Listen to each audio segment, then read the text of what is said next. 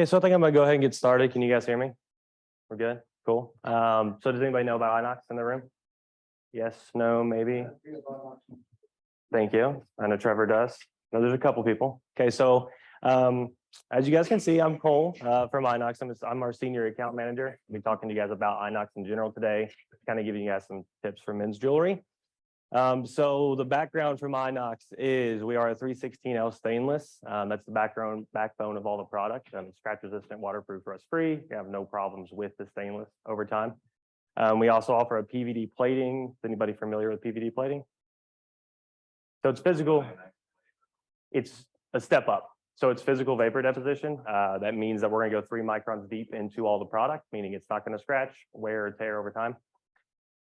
We also offer sizing modifications on almost all of our bracelets now. Most of INOX pieces are going to be set around an impulse buy price point, so 60 to 120 is your typical retail value. After that, you get your bridge price points, which are going to be a little bit higher. I'll talk about that later with meteorites and lab-grown diamonds. We're also part of IJO, RJO, Punchmark, and Edge correlated. So we're going to be talking about marketing toward men and women. Marketing men's jewelry needs to be a two-pronged approach. You can't just focus on the men because the women are buying it as well. So you have to be able to have marketing that works toward both. And you also want to market year round as opposed to just right before the holidays, which seems to be something our stores do, is they focus a lot right before the holidays, but we want you guys to market all year round because it's kind of hard to, Rome wasn't built in a day. So we don't just market in January, February, we do it the full year. You're good, no worries.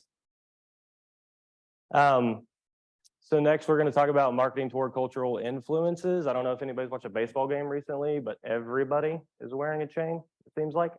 So we want to make sure that we have those available for you guys. You can always look to the cultural influences now to be sure you have that kind of product in your store. You don't want to fall behind and not have something people are wanting because it's fashionable now with musicians, baseball players, whatever the case might be. So next is organizing your men's jewelry. This is Dalkemper Jewelers. A lot of stores seem to struggle putting men's jewelry in a bunch of different places. We'd like you guys to focus on one particular spot as opposed to having it in your engagement ring area or your watch area. Let's do it all in one spot so everybody knows exactly where they're going to. But yeah, we'll keep going here. Next is be the destination. So with men's jewelry, it's very difficult to, market it unless you have the product in your store. A lot of stores want the Punchmark assets, but you have to have in-case representation as much as you have online representation because the store is going to shop you ahead of time. So if they're shopping you online, you come in the store, they don't have it. Kind of hard to make that purchase. You got to have them both out there. Next, I want to talk about making sure you create a tab on your site, like Ross and a couple other people had mentioned. You want guys to go to a particular spot in your store or on your website. I don't want you guys to have to search and type in men's jewelry and what they like particularly. You just want to go to a spot, click on it, and then see everything that INOX offers. Makes it a lot easier. And as you can see here, Bacon Jewelers, that's the in-case representation that they have. And then this is Champagne Jewelers. That's the website representation they have. So you want to have both. You can't just have one. Next is the physical assets. So INOX provides everybody with all the displays for free. You don't have to worry about anything on that end. I think a lot of people struggle in the industry with finding displays or buying their own. We provide all of it because we want guys to come in and recognize the wood and the black. It makes everything a lot easier because they're going to know exactly where to go in the store, as opposed to kind of walking around asking where the men's jewelry is. So next is digital assets. We provide all the marketing for you guys for free. We do everything on our own. So we have Duratrans made up for you guys. We make pre-made advertisements throughout the entire year. There's live shots that we do and they update every single month on a Dropbox link. Trevor does it. It's super, super easy. You just click on it and you use them. And then that brings me to copy, paste, and post. It's literally the easiest part of our marketing campaign. You take a picture, you copy it, and you paste it, and you post it to your website or your Instagram, your Facebook, whatever might work for you guys. So TikTok, Facebook, and Instagram. Obviously, it's a necessary evil at this point. If you're not using them to promote your product we're probably not doing exactly super well when it comes to digital marketing. Those pictures that are listed up there are some of our lifestyle shots that you can put on your website. You can put on your Instagram posts throughout the year. Summer promotions. So the middle of the year gets a little bit sticky for jewelry stores. You guys don't really have anywhere to focus your marketing dollars. But that's what INOX is here for. So this is the most recent IJO show. As you can see, I'm dressed as a graduate. I graduated a long time ago, not recently. Sebastian, our brand manager, is carrying a baby. He's the dad. And then Rob, our new sales rep on the far right, is the groomsman. So those are the three things that we want you guys to focus on in the summer, because you now have something to use our assets for. Because I think a lot of stores in the middle of the summer are like, what do we do with promotions? Now you have that ability. For every men's brand, not just INOX in general, everybody offers the same type. We're just kind of pushing it forward as much as we can. And then just says Father's Day. That's not what I wanted. What I wanted to tell you guys about too was Father's Day events. We run those for stores. We have a couple that we're doing this year. You guys can reach out to us. We can come to your store, cater an entire event, and make sure that you guys have some representation for that holiday. So next is Say Bro. It's a little crazy, for sure, but at INOX, if you guys know us, we are shameless, and we're not. We really don't have a problem with being a little bit different in the industry. So the reasoning behind Say Bro is pretty culturally used for a lot of guys. Our idea is we want you to see the product and say, bro, this looks cool. We want you guys to then your customers to be able to come into the store and say, I saw this advertisement. Where is this brand? That's the whole idea behind it. You're not going to get a lot of men's brands who are going to do something as kind of statement pushing as this is, for my money at least. And then I also wanted to talk about the double down approach to the next generation of engagement ring buyers. So last year, our conversation was about making sure you are offering pieces to the 20 to 30 range who are going to hopefully come back to your store and buy an engagement ring in the long run. So this is a double down approach to that. We want to continue to go at that customer base because that's what INOX wants to focus on. So I want to talk to you a little bit about trends in the jewelry industry for men. Right now it's minimalist. Everything is super small. Everybody wants super small crosses. They want super small bracelets. They want it to be there, but not there. And this was significantly different in 2019 and 2020, where everybody asked us to make crosses that were the size of heads. Not anymore. It's super minimalist. Layering is still here and it's not going to go anywhere. I think it's one of the easiest ways for men to kind of get more bracelets or chains or whatever they're wearing out in the area. And then next, I also want to say that men's jewelry is less susceptible to drastic change in trends. So with ladies' jewelry, it changes pretty consistently from what I'm understanding. With men, it's a 2-year process before we really have to focus on the next trend that comes along. So what's new with INOX? We have meteorites. That is a brand new product category for us. It's super cool because it is actually a part of the moon. That's how you would pitch that to customers. And then we have the Cuban link lab-grown diamond chains that just came out, and our single accent lab-grown pieces. This was the bridge price point I was talking about earlier. INOX is typically between 60 to 120. These pieces are a little bit more than that. What's next? So what's next for INOX is INOX Kids.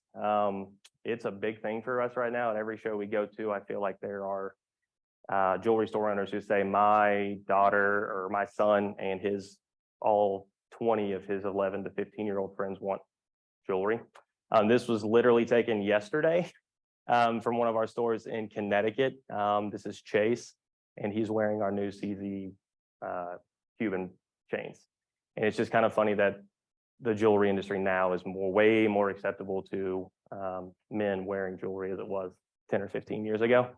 We have a couple different collections, the Griffin, the Kraken, and the Phoenix. We are doing half sizes on rings soon. So I know the customers who carry INOX, that's been a problem for us for a long time. We've only done full sizes. We're doing half coming very soon. Then we also have a Bushido collection, which is like a samurai collection coming around JCK. Next is the authorized retailer map. So everybody who is an authorized retailer is able to be listed on our website. So essentially, the only thing we ask you guys to do is have in-case representation and digital assets on the websites. So you guys can be listed and your customers can find you and then come to the store and purchase. In the long run, talk to your Punchmark representative who already has all the INOX stuff ready to go for you guys. This is just a little bit of research. I know it's super boring and everybody hates it, but it's good for us. It's very good for the jewelry industry. If you can see, the trends are going way up for us, or at least they're supposed to, according to Grandview Research. They also mentioned a key trend that has been gripping the industry recently has been an attributed improvement of men's designs and a rising fashion awareness of men around the world. I think that's very true. There's a lot of men's brands that are popping up around the world. And there's also a lot of brands who are doing more to market toward men, essentially. And there's also a GQ article. Everybody loves GQ. The wild new era of men's jewelry, everything from diamond encrusted teeth to diamond Cubans to basic everyday bracelets. Men's jewelry isn't going anywhere. It isn't. We've only been rising since we started. And I know the other men's companies are doing the same. And this might ruffle some feathers, but it's time for the I don't have the market to be put to bed. I've heard that for a very long time, and now it's just not. You have the market. The jewelry industry in general has a market for men's jewelry, not just INOX, but every brand. This I know is something that a lot of people have always asked us about. INOX will always be a B2B business. We're not going to undercut you guys in 5 years and go B2C. It's just not going to happen. You guys have worked really well with us for too long, and we've worked hard for you guys, so we're not just going to take it away. And yeah, so that's INOX. You guys have any questions specifically? Yes, no, maybe? The brooch line, that's funny. I hear you. So we don't get, I like that. I'm gonna have to tell my boss that, and then he might fire me and hire you. No, we don't get a lot of a lot of questions for brooches or tie clips or money clips or anything like that. So do you guys still get tie clip and money clip questions? Money clip, but that's it. I mean, we used to offer it. We don't much anymore. We have a couple pieces still up on the line, but I don't think it's something we're gonna push very hard. We do. So if you're IJO or RJO, you're going to receive 2 to 1. That's just in the contract. And if you're not, it's 3 to 1. But at the end of the day, you typically don't have a lot of problems with stock balancing. If we do, I mean, we're not going to make it difficult on you guys because we don't want to put a bunch of product in your store that's not working. And then you call me in 6 months and you say, Cole, you lied to me at that Punchmark presentation. I have to fix it. I have to make sure your store's working. So I'm going to work with you guys at the end of the day, no matter what. Just makes it easier. It's men's jewelry and it's very, very, very low price pointed compared to what you guys mostly deal with. So we're just going to work with you guys. Yeah. So we have 3 buy-in tiers, 4 buy-in tiers typically. The opening's 2, the middle, like I can go back a little bit. So this men's shop that you're looking at is the highest buy-in tier. That's $16,000 to $18,000, but you get everything that's there. Next is just the tower itself. It's about $6,000, and then the middle is just the in-case display. That little 4-foot display there is $4,000, and then our basic display is $2,000. Yeah. Mm-hmm. Yeah. Comes when you literally get everything you're looking at. I mean, I can even come to the store and help you set it up if need be. But it's a way to really make sure you have men's jewelry in your store as opposed to in-case displays. I think you had some, Trevor. You have a pretty partnership with Punchmark. Mm-hmm. Yeah.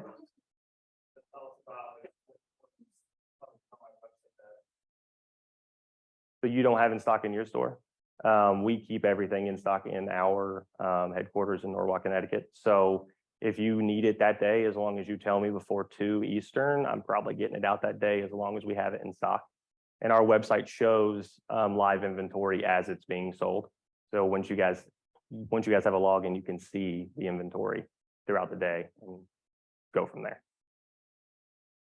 Yeah, the Edge is our best friend along with Punchmark. So they have literally everything you guys need. We just did a product update too. Lenny let me know we were missing some images. Thank God, because he's the best. We just did a product update today. So it's very easy to use. What is my margin? Oh, it's a very good question. I wasn't going to get into it, but thank you. 67.5% is the average INOX ROI and margin. That's obvious. Thank you. Obviously that changes a little bit with meteorite and diamond, but the average, like this average leather piece right here, is getting 67.5%. So pretty solid. Mm-hmm. Yeah, so they're 18 karat PVD plated, which was what I was talking about earlier. The PVD plating is a process that we use in order to make sure you can wear it. And I wouldn't suggest wearing a big diamond chain in the shower, but you can. And you can wear that also to the beach or to the sauna or whatever, and it's not going to tarnish. We also hold a 2-year warranty on those pieces too. So if anything does happen to it, we're just going to replace it for you guys, as opposed to making it difficult. And all we just need is a picture of the piece, and you're good to go. Yeah. Is that it, guys? Well, thank you. I appreciate it.